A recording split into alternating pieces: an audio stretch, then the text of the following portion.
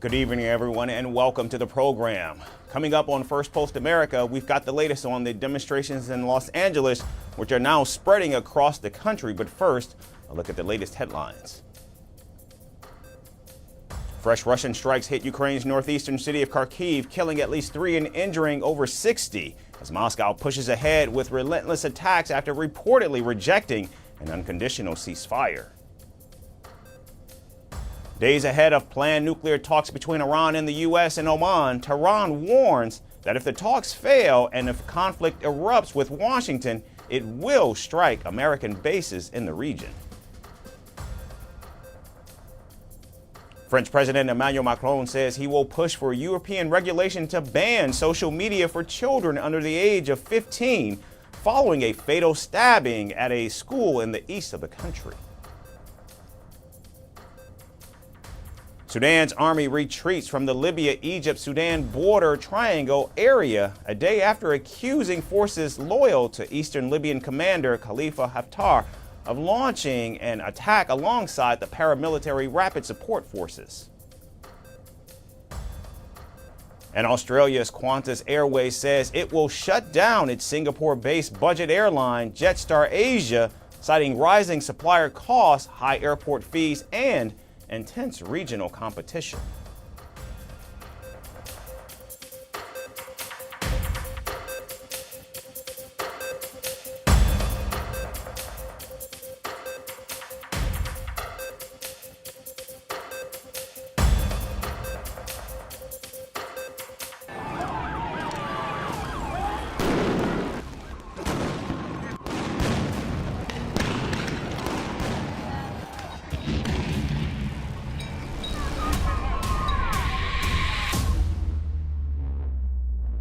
California is a full-blown assault on peace, on public order, and on national sovereignty carried out by rioters.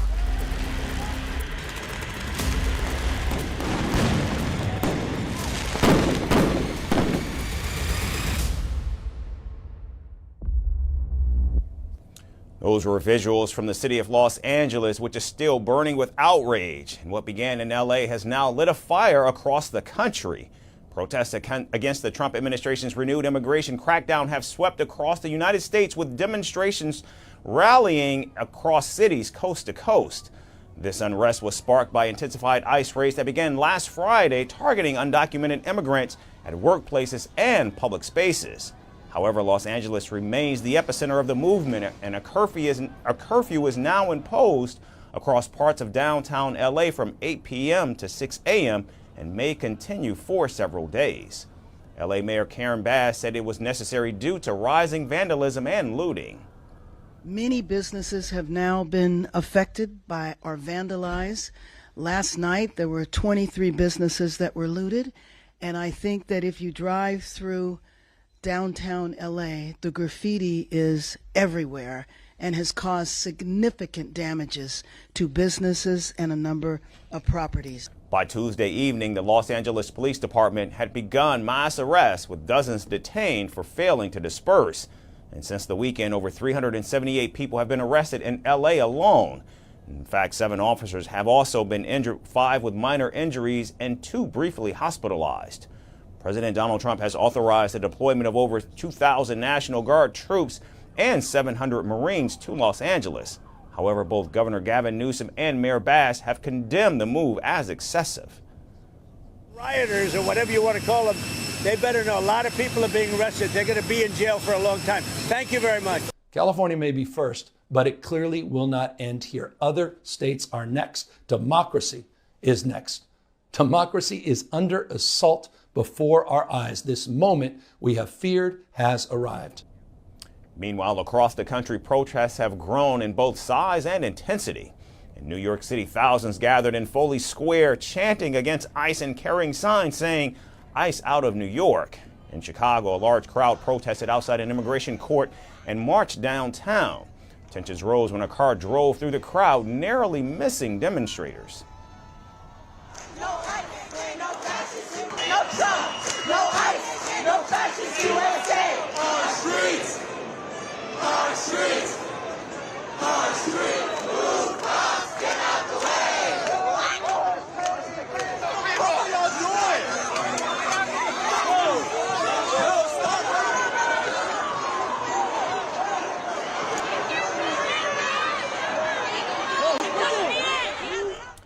Omaha, protests followed an ICE raid on a meatpacking plant that led to 80 arrests. Where are they from? Honduras. Are you worried about them being deported? Oh, yeah. Honduras? Of course. How long have they been here? Do you know? Like 3 years. Okay. How Yeah. long have you been here? Were you My whole life, I was born here. And in the Pacific Northwest, the city of Seattle saw about 50 demonstrators gather near a federal building. And after a brief rally, protesters used e-bikes and scooters to block vehicles believed to be transporting detainees.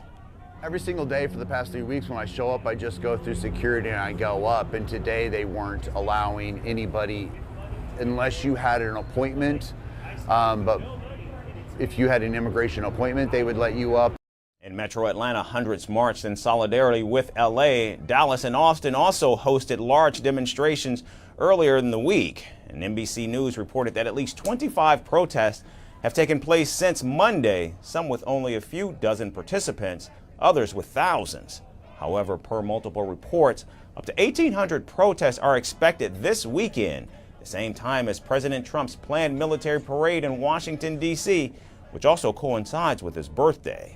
Texas Governor Greg Abbott announced Tuesday that the National Guard will be deployed across the state in preparation for protests. So as America heads into the weekend, the growing defiance seems to have just begun, and it's anyone's guess how soon or if there's an end in sight.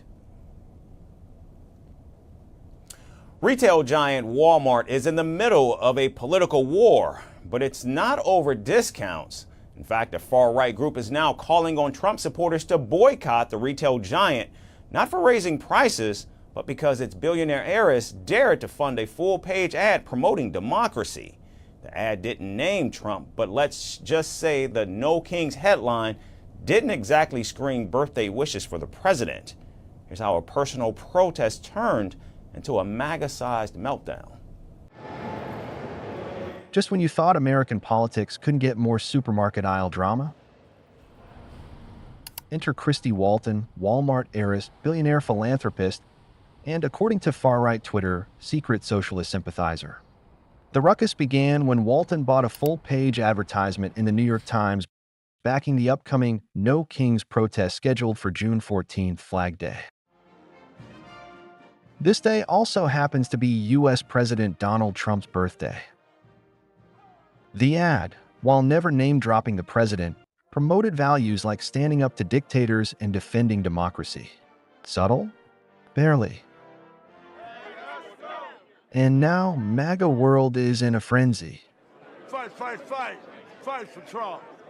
The group Libs of Chicago call for a boycott of Walmart, claiming Walton is funding the socialist movement.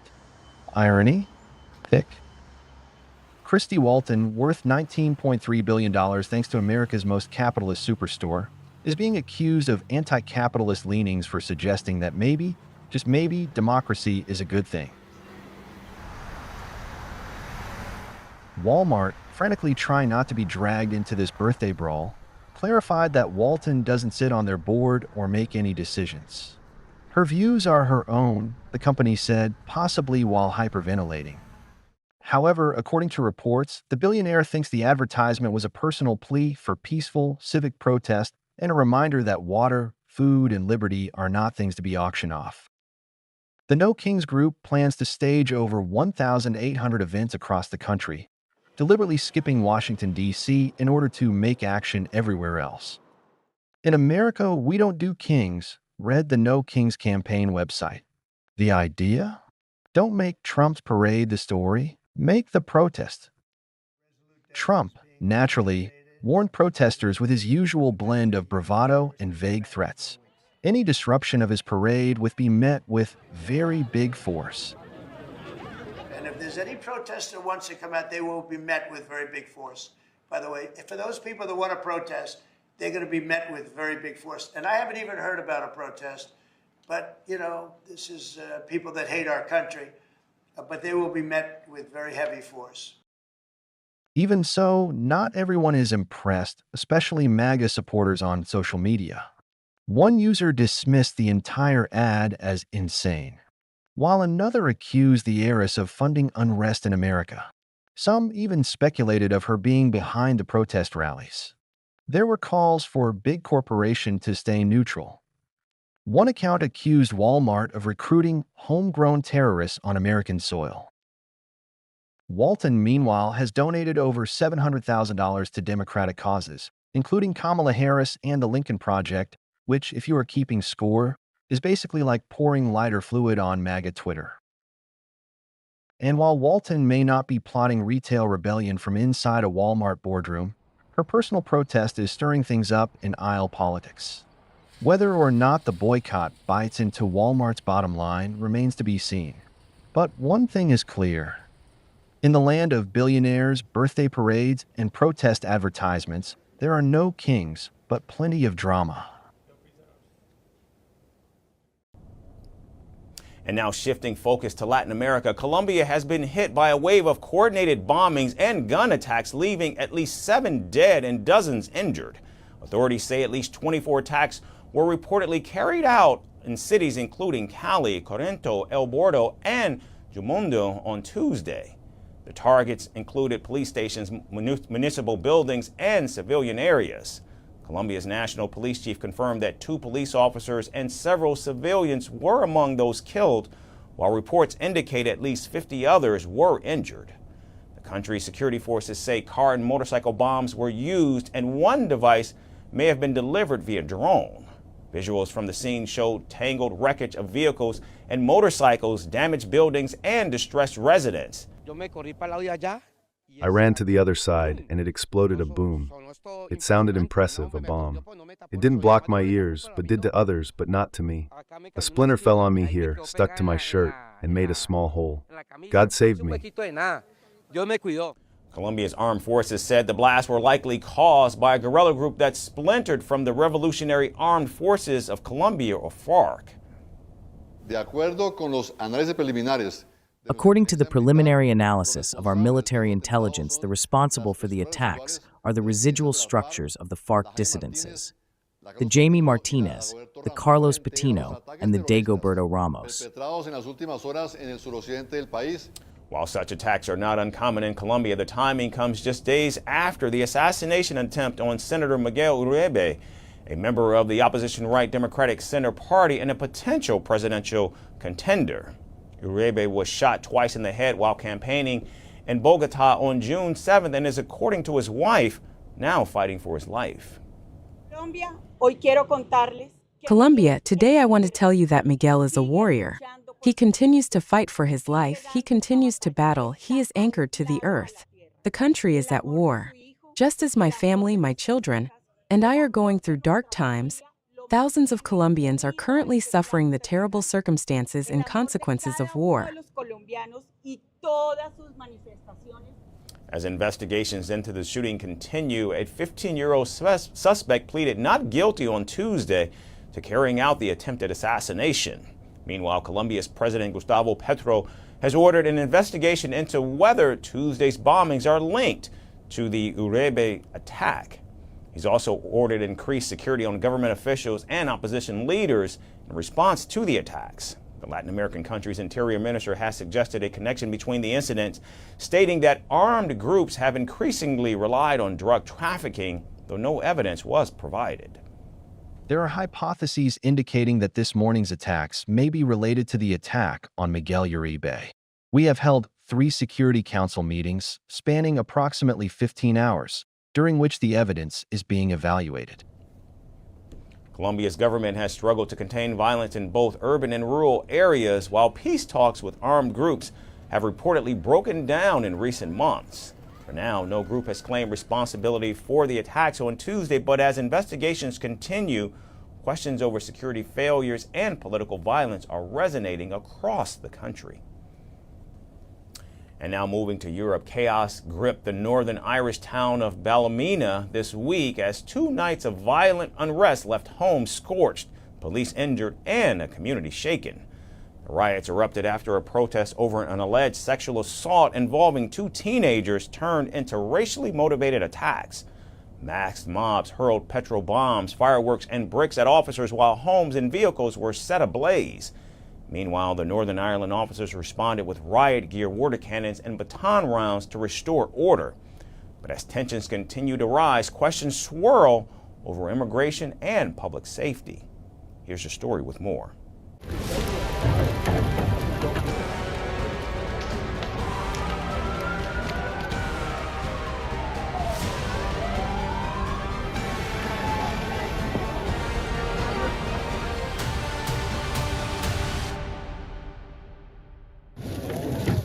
Northern Ireland watched in disbelief as the town of Ballymena descended into chaos.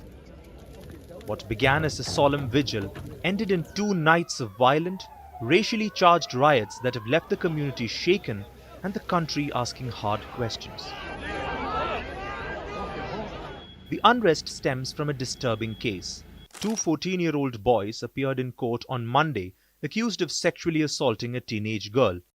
The charges were read out through a Romanian interpreter, a detail that added fuel to already simmering tensions about immigration.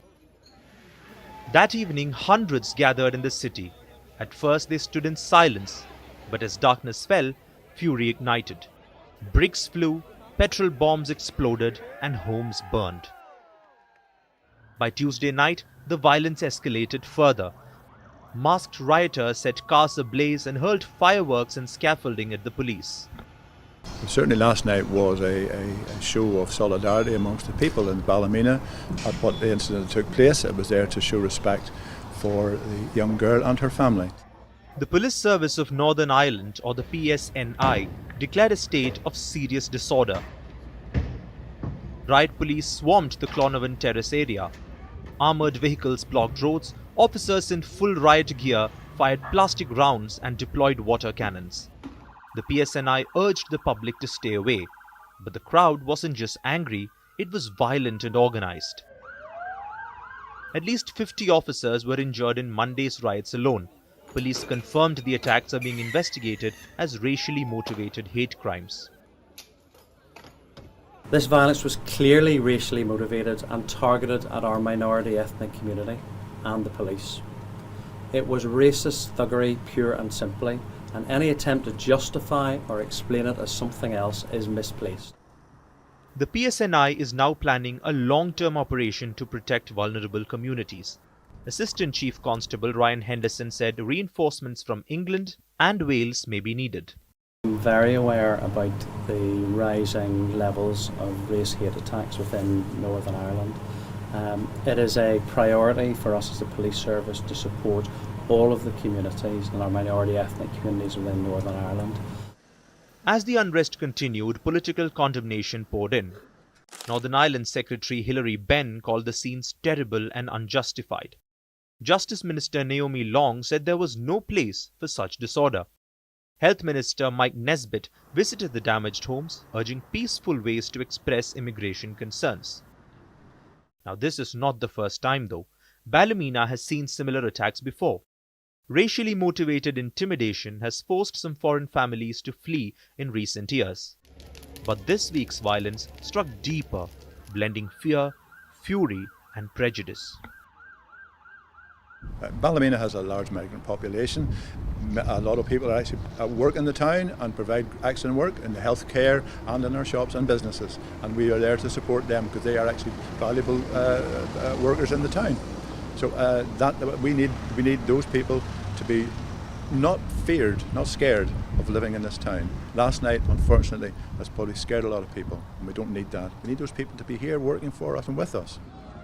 Northern Ireland now stands at a crossroads. What happened in Ballymena isn't just a local crisis. It is a national warning. And as the city picks through the ash and rubble, one question hangs in the smoke. What kind of future will rise from these ashes? And finally, we look at the latest developments from the Middle East, where missile fire, naval strikes, and sanctions are dominating the headlines. Yemen's Iran-backed Houthis have fired yet another ballistic missile at Israel, this time just hours after Tel Aviv launched a naval strike on Yemen's Red Sea port of Hodeidah. The rebels say they targeted Ben Gurion Airport in Tel Aviv with 2 ballistic missiles, claiming Israel's interception system had failed to stop them. Now, in addition, the Houthis warned they would target Israel's Haifa port next, urging companies operating there to halt operations. The missile force of the Yemeni armed forces carried out a qualitative military operation targeting the Ben Gurion airport with 2 ballistic missiles, one of which was a hypersonic missile. One of the missiles directly struck the airport, and the interception systems failed to stop it. As missiles flew overhead, sirens rang out across Jerusalem, Tel Aviv, and parts of central and southern Israel. Contrary to Iran-backed Houthi claims, the Israeli military said the missile was intercepted, adding that extra interceptors were launched to avoid falling shrapnel.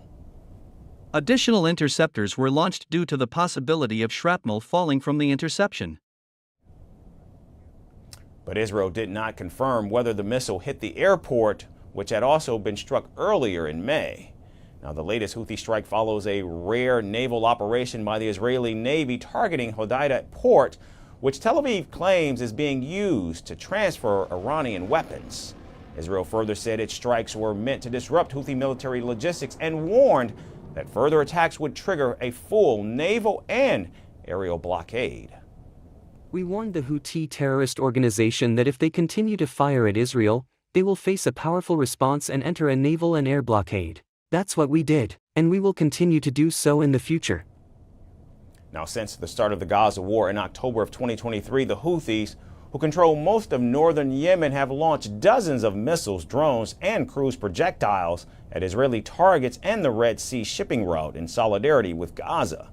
In response, Israel has carried out multiple strikes on Houthi targets, including ports, airports, and logistical infrastructure across Yemen. The fallout from the Gaza conflict is now spilling into diplomacy as well. Israel is now facing growing international pressure, this time from its own allies. The United Kingdom, New Zealand, Australia, and Canada have imposed sanctions on far-right Israeli ministers they accuse of inciting violence in the occupied West Bank. Among those sanctioned are the National Security Minister and the Finance Minister, both of whom are senior figures in Prime Minister Benjamin Netanyahu's coalition. The UK said the sanctions are aimed at those who, quote-unquote, undermine peace and stability in the region, while Australia said the decision was based on several factors. What we've done here is make a specific decision based upon the positions that have been put forward by these 2 Israeli ministers, based upon our concerns about the expansion of settlements in West Bank, based upon our concerns about violence in the area being promoted, including by the actions and rhetoric of these ministers. So as the Gaza conflict grinds on, Israel faces not just missiles from Yemen, but also growing condemnation from Western capitals. That's all we have time for today. We certainly thank all of you for tuning in. We hope to see you right back here again tomorrow. Thanks again, everyone, for watching.